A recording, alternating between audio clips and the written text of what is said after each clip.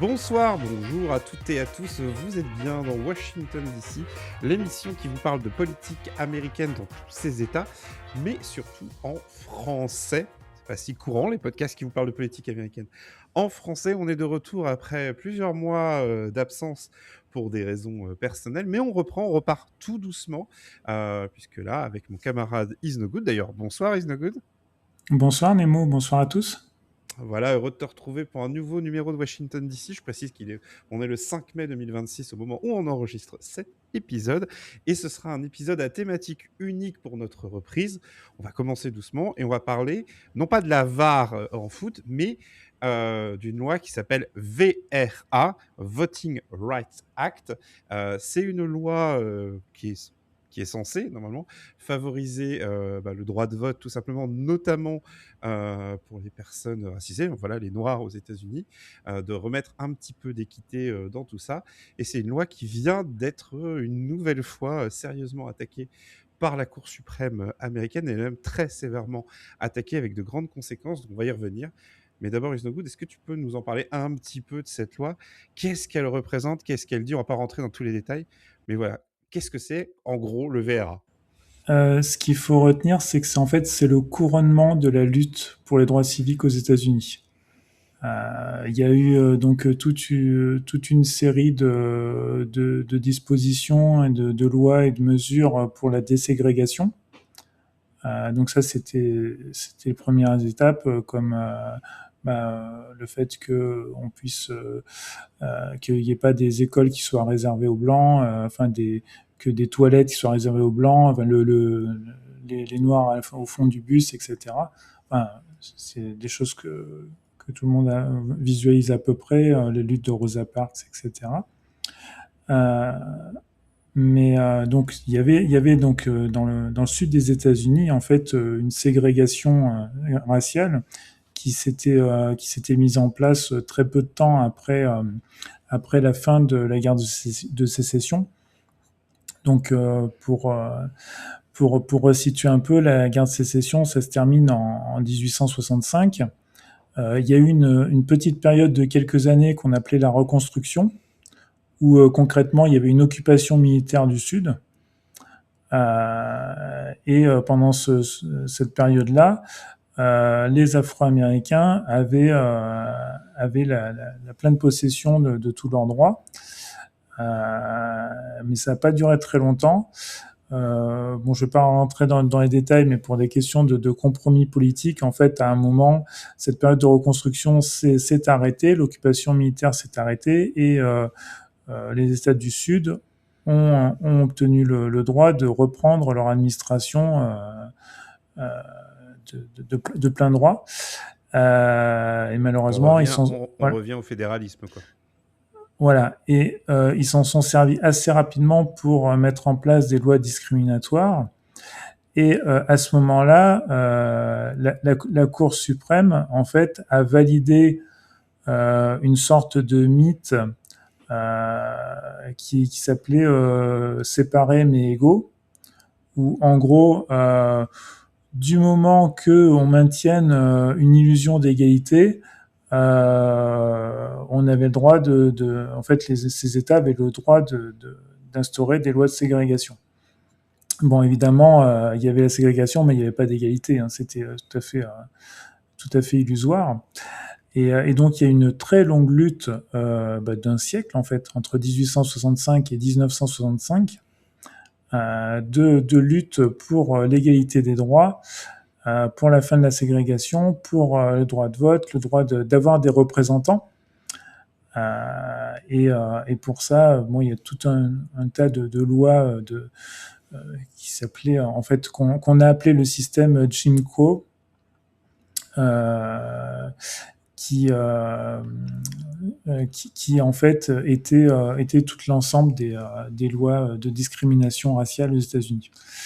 Et donc tout ça se termine par la loi, le Voting Rights Act de 1965 qui assure par tout un tas de dispositifs l'accès réel au droit de vote et au droit d'élire leurs représentants aux minorités aux États-Unis et surtout à l'époque les Afro-Américains.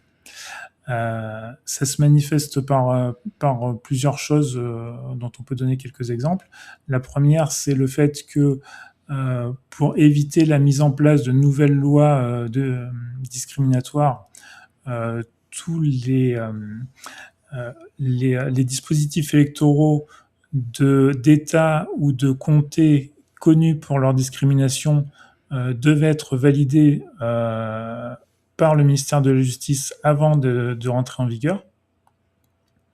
C'est-à-dire qu'il y avait Ouais.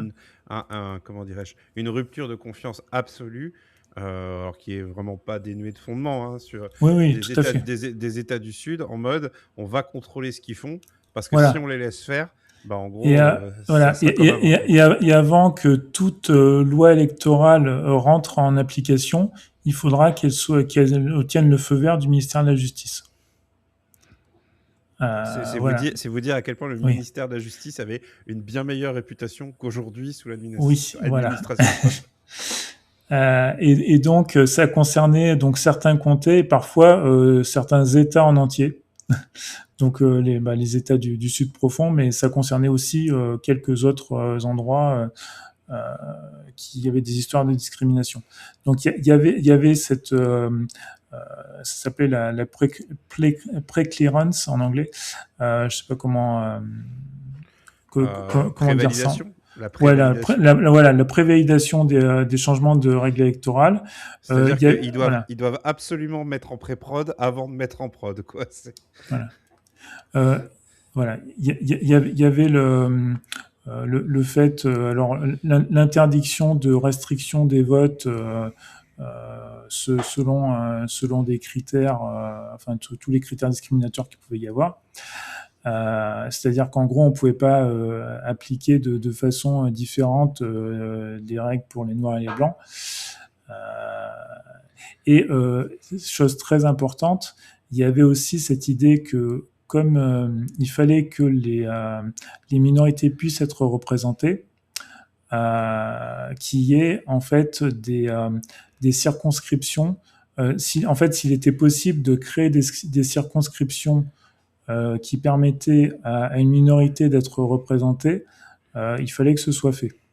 Donc, par exemple, si vous aviez un État comme la Louisiane qui est à 33% peuplé d'Afro-Américains, ben, il fallait qu'il y ait en gros un tiers des circonscriptions qui soient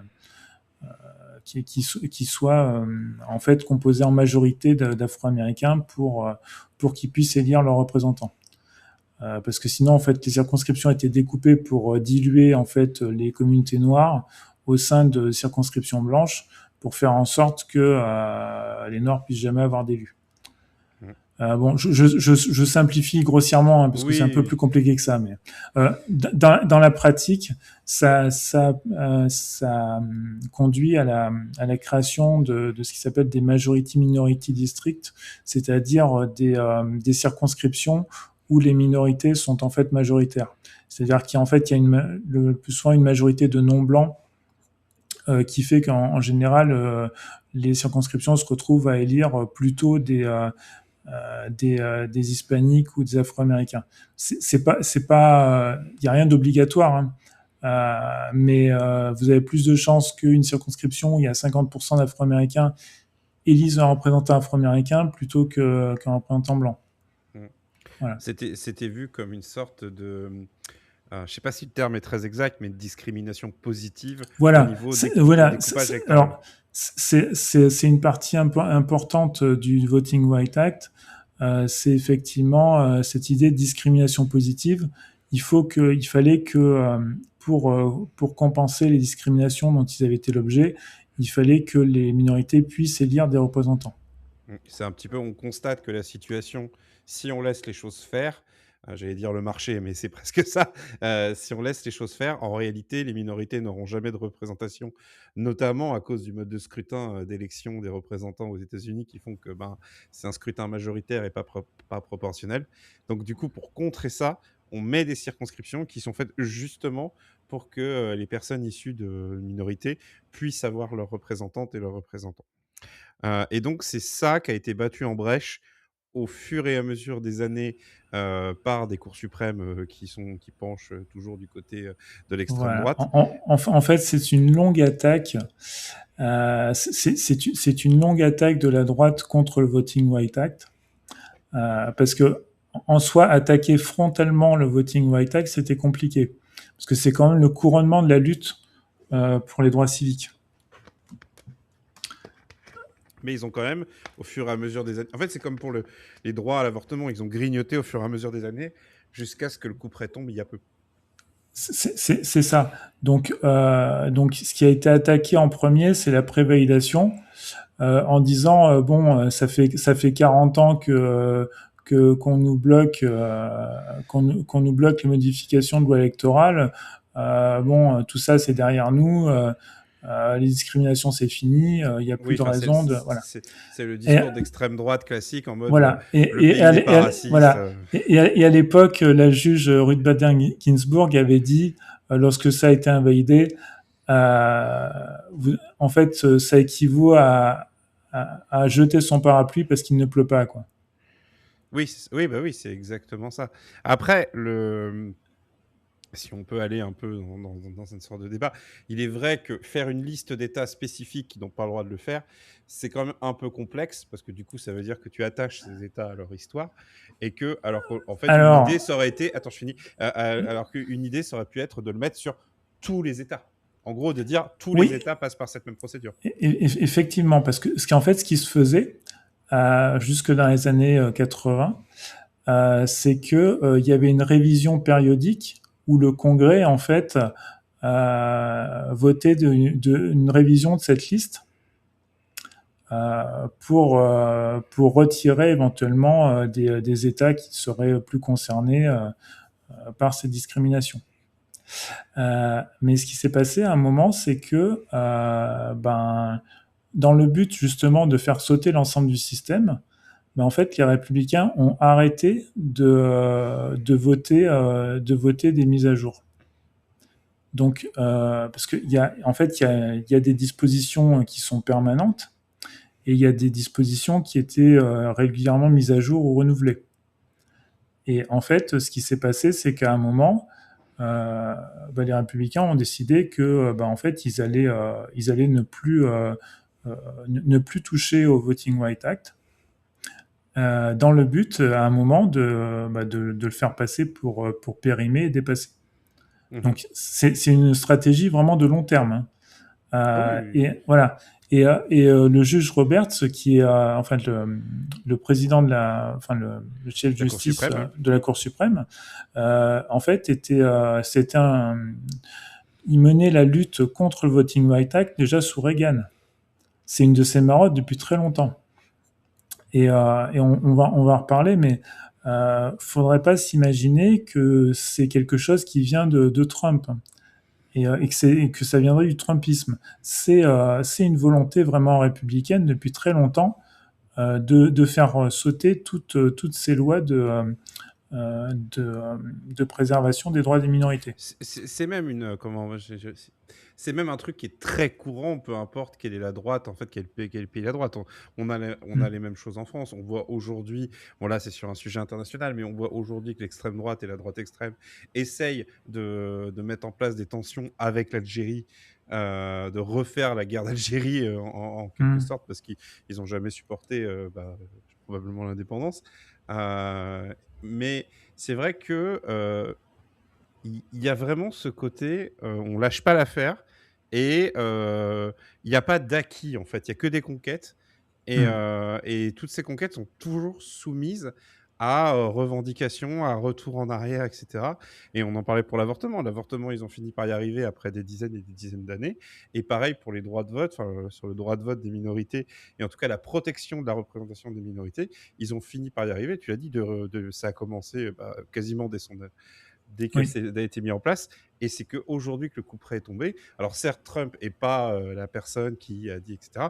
Mais le Trumpisme, quand même, c'est l'occasion rêvée de faire ça. Parce qu'on le oui, voit, cette Cour suprême, on en a suffisamment parlé dans Washington, D.C. Cette Cour suprême, elle est en roue libre et elle a les pleins pouvoirs. On revient, ce ne sera pas le débat de cette émission, mais moi je suis personnellement convaincu que si un jour les démocrates reprennent le pouvoir à la fois à la Chambre, au Sénat et à la Maison-Blanche, si leur premier geste, c'est pas de se débarrasser de cette Cour suprême, ils ne feront plus jamais rien. Et ils ne feront plus jamais rien oui, d'important. c'est aussi mon avis. Ouais. Ouais. Mais bref, revenons à cette justement là, parce que pour rappel, la Cour suprême, c'est pas juste suprême dans l'adjectif pour faire genre c'est la plus haute cour. Non, non, c'est que quand elle prend une décision, déjà c'est pas susceptible de recours, mais en plus ça veut dire que ça s'applique à tous les États des États-Unis. Donc là, Ouais. ça veut dire que la décision qu'ils ont prise, qui est de dire que grosso modo, et c'est en plus c'est là où c'est d'un cynisme absolu, c'est que en fait ils sont tombés. Alors de ce que j'en ai compris, tu me corrigeras si j'ai tort, mais ils ont réussi à mettre judiciairement dans une décision la théorie du complot du racisme anti-blanc en estimant que le fait que des blancs soient exclus d'une circonscription, c'était pas constitutionnel parce que c'était une discrimination raciale. Renversant complètement le sens des mots, le sens de la discrimination positive, renversant complètement le sens de cette loi. Et il s'est trouvé aucun juge conservatrice ou conservateur pour s'opposer à ça. C'est vraiment une volonté de la droite, effectivement, tu l'as dit, qui vient de très loin. Et c'est là où on voit vraiment la nature politique de cette idéologie Oui, conservatrice. oui. Et ça va d'autant plus loin que, en fait, ils ne suivent même pas leur procédure habituelle. C'est-à-dire que, en fait, pour être un petit peu technique, la décision de la Cour suprême, en fait, ne s'applique pas directement. C'était une décision je sais plus si c'était de cassation ou de confirmation d'une cour d'appel en dessous. Et normalement, il faut un certain temps pour que la décision de la Cour soit transmise à la Cour d'appel pour action. Et là, en fait, ce qui s'est passé, c'est que dès la décision Mm. de la Cour, le gouverneur de Louisiane a décidé de suspendre le vote, qui avait le vote pour les primaires, avec donc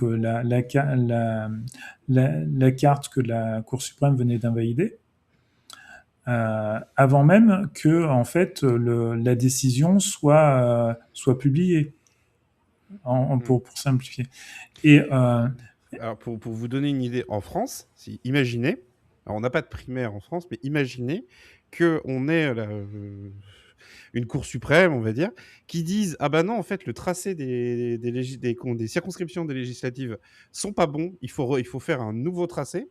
Et genre, quelques semaines avant l'élection, on vous dit ah ben en fait, vous ne voterez plus dans cette circonscription, vous inquiétez pas, on vous retransmet les cartes. C'est ça, ou c'est. ouais. Et ça va loin parce il y a donc aux États-Unis, il y a du vote anticipé, il y a du vote par correspondance, notamment pour les gens qui sont à l'étranger, les militaires, etc. Et donc les bulletins avaient été envoyés déjà. Euh, et le gouverneur n'a a priori en rien le pouvoir de suspendre une élection. Donc là, non seulement, il outrepasse ses pouvoirs, mais en plus, la Cour suprême vient de valider la manœuvre, en fait, en acceptant d'accélérer le transfert de leur décision pour application. Alors qu'il n'y avait aucune urgence et qu'il y a eu d'autres cas auparavant où, en fait, il y a des décisions d'invalidation, mais c'est trop tard, et donc ça ne s'applique qu'aux élections suivantes. Donc là, il y a vraiment une volonté d'accélérer pour un gain partisan et pour une élimination d'une circonscription, d'au moins une circonscription Parce que il faut inscrire ça dans un contexte. C'est qu'il y a une guerre des circonscriptions aux États-Unis. Oui. On en a déjà parlé dans cette émission, mais ce qu'on appelle le gerrymandering, ce que je traduirais en Mm. français par du bidouillage électoral, parce que Oui. c'est vraiment du bidouillage de circonscription pour gagner. Comme ce que je vous dis, c'est un scrutin majoritaire, c'est-à-dire que la personne qui arrive en tête dans une circonscription devient le représentant de cette circonscription. Et le truc, c'est qu'en fait, en fonction du découpage, puisque comme on a des données très précises aux États-Unis sur qui habite où, qui vote quoi à peu près, avec des données précises, vous pouvez refaire une élection. Hein. C'est vraiment, faut pas s'imaginer qu'une élection est quelque chose. Alors c'est toujours imprévisible, mais c'est imprévisible jusqu'à un certain point. À partir du moment où moi, par exemple, là où j'habite à Rennes, je peux très bien faire des découpages pour faire élire à peu près qui je veux en fonction des résultats des bureaux de vote. Bref, il y a du découpage électoral qui est fait.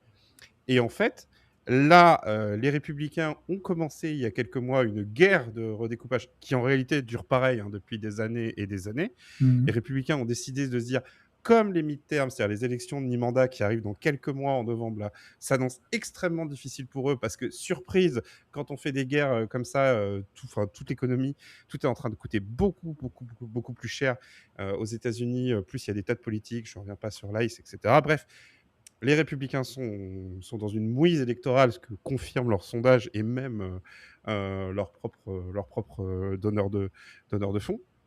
Ils sont en train de se dire, puisqu'on ne peut pas gagner avec la carte telle qu'elle est découpée maintenant, et qui pourtant est déjà bidouillée, eh ben on va encore plus la bidouiller pour vraiment tordre le truc et pouvoir gagner, pas à la loyale, quoi, vraiment gagner en tordant les cartes. Voilà. En fait, les Républicains avaient bidouillé tout ce qu'ils avaient pu bidouiller déjà depuis de nombreuses années, parce que l'astuce étant, il faut qu'on fasse des circonscriptions où les minorités sont majoritaires. Dans ce cas-là, au lieu de faire deux circonscriptions avec 50% d'Afro-Américains, on va faire une circonscription avec 90% d'Afro-Américains et toutes les circonscriptions autour vont être blanches et républicaines. Voilà. Et en fait, voilà. Vas-y, pardon. Et en fait, ce qui veut dire qu'il y a de plus en plus d'États, si on en croit aujourd'hui le découpage électoral, qui arrivent dessus, qui vont être seulement d'un côté. C'est-à-dire qu'on en arrive à des choses, puisque les démocrates ont répondu, puisque eux aussi se sont mis à faire du bidouillage. Après, au bout d'un moment, quand ton adversaire joue pas selon les règles, du coup, tu t'adaptes. Ça ne veut pas dire que c'est noble ou quoi que ce soit, mais c'est pragmatique. Et je rentre pas dans les détails de ce qui s'est passé, notamment en Californie.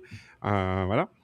Mais grosso modo, on en arrive à des choses où il y a les États démocrates qui vont bidouiller les circonscriptions démocrates, les circonscriptions de leurs États pour qu'il n'y ait que des élus démocrates, et les États républicains qui vont bidouiller leurs circonscriptions pour qu'il n'y ait plus que des représentants républicains. Ce qui fait que vous allez avoir des États où le rapport de force peut être 55-45, 52-48 dans un sens ou dans l'autre, qui vont avoir 100% de leurs représentants, ou quasiment 100% de leurs représentants, qui sont d'un seul bord, qui est le bord majoritaire à ce moment-là, dans les institutions de l'État en question. Donc c'est-à-dire c'est tout l'inverse de la démocratie. C'est-à-dire que ce n'est même plus représentatif. Alors c'est même pire que ça, parce que là on parle d'un État où en fait un bord serait majoritaire et remporterait quasiment 100% des sièges, mais on peut avoir des découpages comme par exemple en Caroline du Nord, où vous avez un parti qui peut faire moins de 50% et avoir quand même les 2/3 des élus dans la législature. Oui. Ah oui, je crois que c'est le Wisconsin qui est absolument incroyable. Suite, en fait, dans les deux cas, c'est suite à l'élection de 2010, qui à l'époque avait été un désastre pour les démocrates. Et en fait, les républicains, suite à ça, avaient redécoupé les cartes dans le Wisconsin et en Caroline du Nord. Et dans le Wisconsin, les démocrates commencent tout juste à récupérer parce que ils ont également gagné des élections à la Cour suprême de l'État qui est élu sur l'ensemble de l'État, donc le gerrymandering ne s'applique pas, qui aura permis d'invalider certaines choses. Mais par contre, ils n'ont toujours pas récupéré en Caroline du Nord. Et en Caroline du Nord, les postes qui sont élus sur l'ensemble de l'État, gouverneur, procureur général, lieutenant-gouverneur, etc., sont des démocrates. Mais par contre, tous les élus des circonscriptions, ben, ils sont en immense majorité républicains. Parce que le découpage est fait de telle façon euh, que, que c'est pas possible en fait Mm. de gagner ces circonscriptions pour des démocrates. Mm. Et Voilà. ce qui est fou, c'est que ce découpage de circonscriptions, on dit par exemple au niveau des États, c'est pas possible parce que par exemple les sénateurs sont élus au niveau des États. Mais il faut voir que les sénateurs, c'est encore pire puisqu'il y a 2 sénateurs par État, peu importe le nombre d'habitants.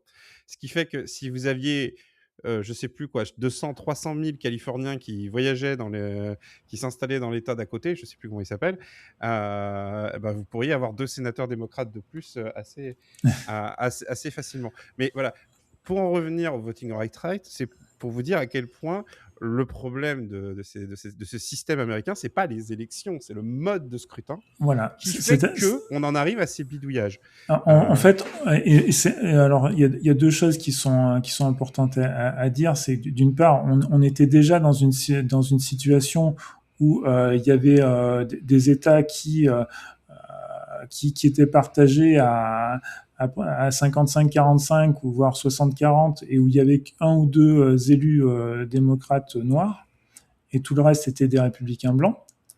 Et donc avec cette décision, ce qui va se passer, c'est que ces circonscriptions vont pouvoir être éliminées et il va y avoir des États où il n'y aura plus que des élus républicains blancs. Ça, c'est la première chose que je voulais dire. Et la deuxième, c'est quelque chose d'important à dire, il me semble, c'est que c'est pas les deux côtés, comme on disait tout à l'heure. C'est vraiment Oui, voilà, c'est vraiment les républicains qui mènent le mouvement. Et pour une fois, les démocrates ont répliqué de façon forte. c'est-à-dire qu'il y avait Voilà. comment dirais-je, euh, il y a en fait à gauche, on va dire de manière générale, il n'y a pas vraiment une volonté. Enfin, c'est pas dans l'essence, dans la nature, je sais pas, de l'électorat de gauche de vouloir répliquer à des basses méthodes par des basses méthodes. C'est-à-dire que le bidouillage, voilà, le bidouillage, c'est pas dans leur culture politique. Le truc, c'est que ça a atteint un tel niveau en face que maintenant l'électorat démocrate, il est chaud, quoi. Enfin, je veux dire, c'est vraiment, il est en mode, bah, peu importe, en fait. C'est au bout d'un moment, si il faut ça pour gagner et il faut ça pour restaurer un semblant de démocratie, au bout d'un moment, oui, l'électorat, on arrive à la fin justifie les moyens. Et je vous dis pas ça en l'air, en mode analyse, où j'ai regardé 3 sondages. Non, non, il y a eu des référendums dans les États démocrates, parce que oui, il y a des référendums dans les États démocrates, et que les démocrates ont remporté, alors parfois de Oui, justesse, je sais plus dans quel État, c'est en Virginie, je crois, oui, Virginie. en Virginie, où ils ont gagné 52-48, un peu moins de 52-48, ce qui est très, très, très bas pour la Virginie. Mais en Californie, ça a été voté à une très large majorité. Donc aujourd'hui, il y a une attaque républicaine, il y a une réponse démocrate. Malgré tout, aujourd'hui, vu le contexte politique fédéral, on va dire, avec l'administration Trump, malgré ces bidouillages, ça semble pas en état de pouvoir empêcher la victoire des démocrates à la Chambre des représentants en novembre. Le Sénat, on en reviendra dans une autre émission, puisque la carte est catastrophique pour les démocrates. Mais aujourd'hui, c'est pas parce qu'ils gagnent sur une élection, mais ça veut dire qu'ils doivent gagner avec un nombre de points d'avance qui est Oui, beaucoup plus important que leurs adversaires. Pensez à Orban, c'est la Hongrie, je crois. oui. Orban, c'est un peu comme la défaite d'Orban. Orban a perdu en Hongrie, oui, mais il faut voir les étapes qu'il a fallu passer pour arriver à la défaite d'Orban. C'est-à-dire qu'il a fallu une alliance électorale complètement contre nature qui va de la gauche jusqu'au candidat de droite qui a gagné. Et en plus, il a fallu combattre tout un système électoral qui était fait pour avoir une préférence majoritaire, c'est-à-dire vraiment que les personnes qui arrivent en tête des élections dans les circonscriptions aient vraiment un suravantage, ce qui, au passage, est le système proportionnel que veut le Rassemblement national en France. Voilà. Donc, c'est-à-dire que battre la droite et l'extrême droite, et aux États-Unis, c'est clairement l'extrême droite, il faut savoir que ils sont les spécialistes pour maintenir les élections, mais avec des règles qui font que ils gagnent dans une énorme majorité des cas. Et c'est pas parce qu'il y a une élection sur le côté où c'est pas le cas que les élections sont justes. C'est vraiment, il y a une Le Voting Rights Act, en fait, l'invalidation d'une grande partie du Voting Rights Act par la Cour suprême, c'est vraiment le symbole de, à la fois, le racisme anti-blanc, la théorie du complot du racisme anti-blanc qui devient une vérité judiciaire, et à la fois le fait que ces gens-là ne lâchent pas, quoi. Ouais. Ce qu'il faut bien se rendre compte, c'est que l'invalidation de la prévalidation des règles électorales, ça date de 2013. Et si ça n'avait pas eu lieu, probablement que les démocrates contrôleraient la Chambre en ce moment. Mm. Oui, Voilà. c'est vraiment, ça se joue, quand vous avez des modes de scrutin qui se jouent au scrutin majoritaire, vraiment les élections se jouent à que dalle. Et on en a, enfin vous en avez dans ce pays, hein, vous en avez en France. Moi c'est vraiment c'est l'exemple que je cite toujours, mais il faut savoir que le conseil départemental du Finistère s'est joué sur une circonscription où ça s'est joué à 4 votes. Donc vraiment, et qu'aujourd'hui, oui, aujourd'hui ils harcèlent des gens qui sont vrais à ça.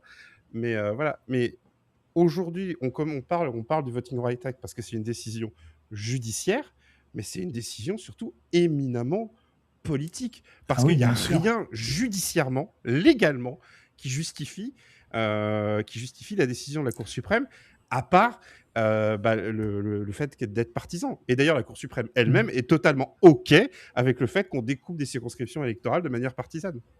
C'est même plus caché, hein. C'est même plus caché, c'est dans les discours, c'est dans « je serai élu républicain, je ferai en sorte que les circonscriptions soient découpées pour nous ». C'est clairement des discours d'élus républicains qui ne seraient pas tenus il y a 15-20 ans. Oui, et en fait, quand ils ont déclaré inconstitutionnelle la prévalidation en 2013, donc le discours à ce moment-là, c'était de dire oui, c'est des règles qui sont complètement dépassées, et en fait, il faudrait que tant que le Congrès ne mettra pas à jour les règles, il y a aucune de ces mesures qui ne peut être appliquée. Et évidemment, le Congrès ne va rien faire parce que les républicains vont tout bloquer. Mais là, en fait, on a passé un cap parce qu'aujourd'hui, en fait, avec les dernières décisions, même s'il y avait un Congrès qui voulait faire quelque chose, en fait, la Cour suprême le bloquerait. En fait, ils ont dépassé ils ont dépassé le stade où ils disaient oui, le Congrès ne fait rien, donc toutes ces règles sont démodées. Et en fait, il faudrait que le Congrès vote des mesures mises à jour. Non, non, là, ils en sont plus là. Ils en sont au fait que les considérations raciales ne doivent plus entrer en ligne de compte pour découper des circonscriptions. Ah non, mais c'est vraiment, vous découpez des circonscriptions de façon partisane sans en avoir rien à foutre des représentations des minorités. La Cour suprême a répondu en 4 mots et c'est OK. C'est vraiment, c'est vraiment ça. Bon, désolé, je suis un peu monté dans les tours, mais ce sujet m'énerve. Mais non, mais ce qui est important, ce que je viens de dire, c'est que par rapport à ce que tu disais tout à l'heure, les démocrates ne peuvent pas revenir là-dessus sans toucher à la Cour suprême. C'est-à-dire que même admettons, s'il la crame pas, si à un moment donné il la crame pas, je veux dire pas physiquement, hein, mais quoique, en évacuant les gens bien sûr, mais si ils mettent pas à bas ce système de la Cour suprême qui est pété mais du sol au plafond. En fait, on a une Cour suprême qui est du niveau de celle qui a mis fin à la reconstruction et validé les lois de ségrégation raciale, voire même, on pourrait dire, c'était, je crois, Plessy contre Ferguson, c'est les décisions de la fin du 19e, mais on pourrait même aller plus loin et dire que en fait c'est la Cour suprême est même au niveau de celle je crois qu'il s'appelait Roger Taney, je crois le chef de la Cour suprême à l'époque dans les années 1850, qui en fait a conduit à la guerre de sécession, quoi. C'est en fait je me souviens bien, je crois que la Cour suprême avait validé en fait des lois du Sud qui permettaient de poursuivre les esclaves fugitifs dans le Nord. Ouais, Voilà, enfin mais des choses comme ça. alors Mais certes, on n'en est plus là, voilà. mais quand même. Ben, Ben, enfin, on n'en est plus là. Et ça si veut on dire, regarde on n'est plus dans les mêmes, on n'est plus dans les mêmes modes de fonctionnement des discriminations. Les discriminations sont non, toujours aussi prégnantes et là, non, mais évidemment que certes, mais quand les États du Sud vont aller poursuivre des médecins prescrivant des oui, bah, pilules abortives dans les États du Nord, je pense qu'on va reparler de ces années ouais. 1850. Et moi, il y a un truc aussi. Je crois qu'on en avait déjà parlé dans cette émission, mais toutes les trucs en mode oui, mais John Roberts, donc le président de la Cour suprême, certes, sa cour, il est inégale avec six conservateurs, enfin, six mecs C'est pas du d'extrême tout à droite. modérer.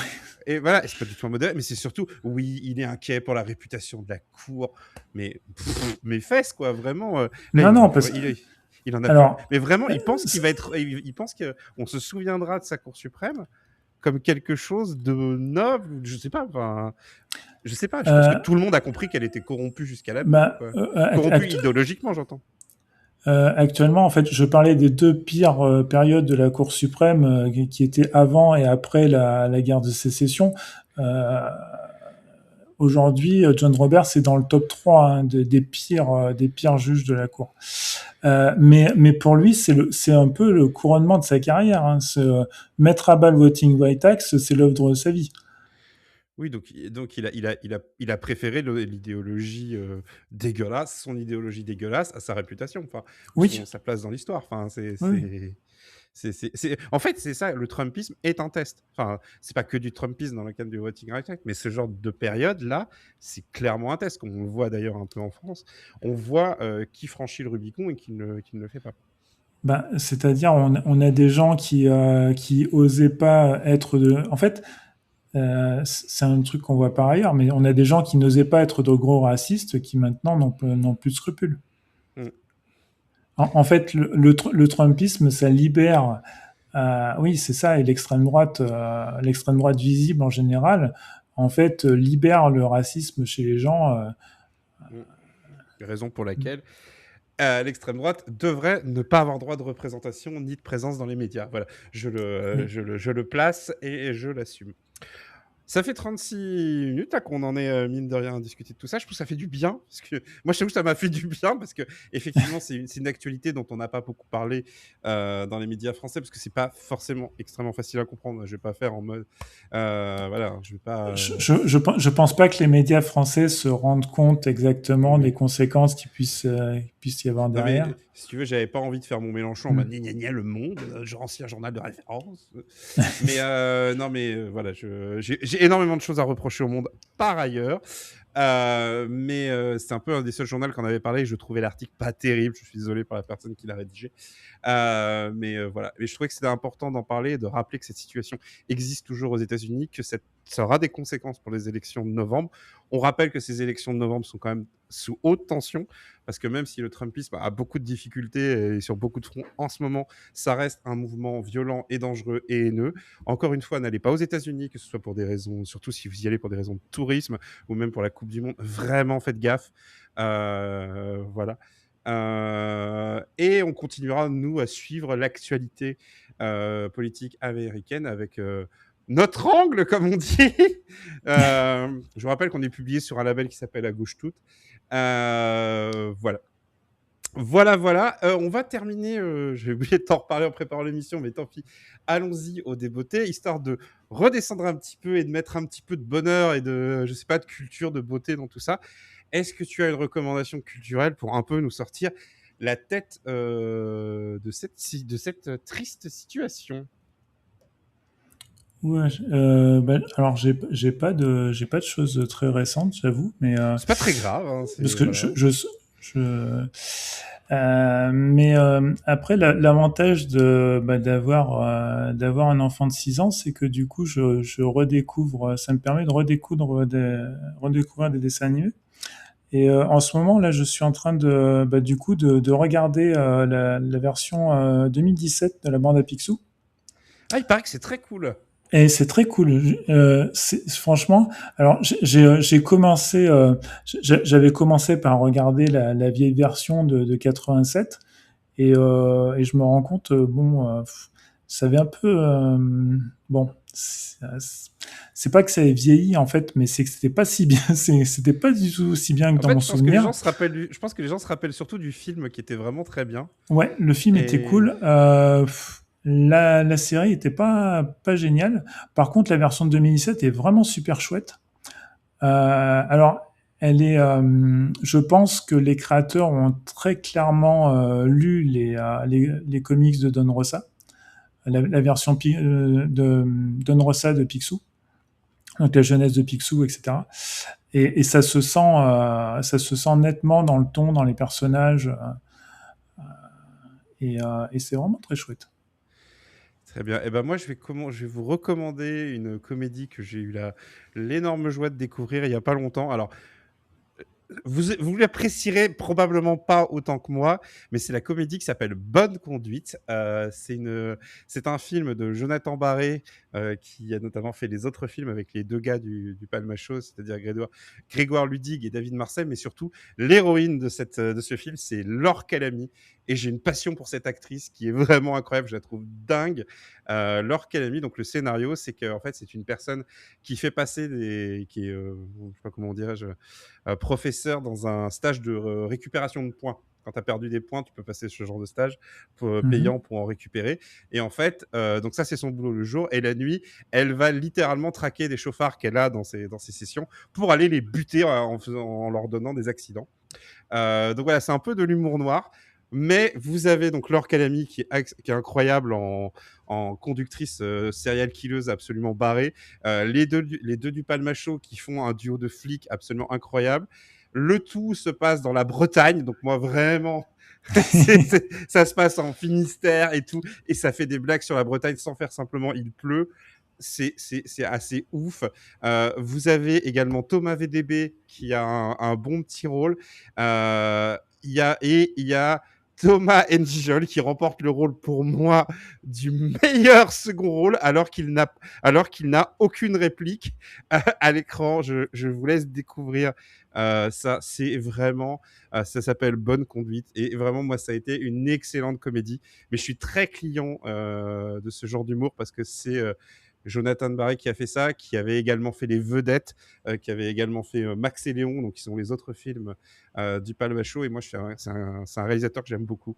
Donc voilà, si vous voulez vous marrer un petit peu, tout en ayant une comédie qui soit déjà pas raciste, et en plus qui aurait pu faire une blague transphobe et qui ne fait pas de blague transphobe, bravo à lui.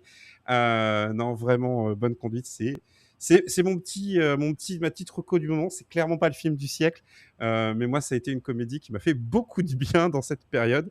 Et bien sûr, je continue à regarder 2 épisodes de Free Ren tous les 2 mois parce que j'adore cette série et que je la dévore petit à petit.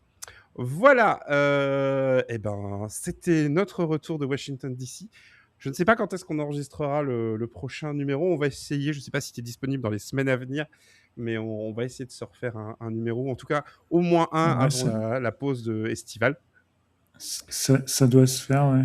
Ouais. Peut-être quand On on va, verra les primaires du Texas. on verra. Mais en tout cas, voilà, désolé pour cette longue absence. Je sais que j'avais dit que je reprendrais le cours, mais faire une émission tout seul, je vous avoue que j'ai pas trouvé la force et j'ai eu d'autres soucis de mon côté. Donc en tout cas, nous, on est de retour. Et ben voilà, prenez soin de vous, prenez soin des autres, merde à l'extrême droite. Et à la prochaine, Is No Good. Merci, à plus.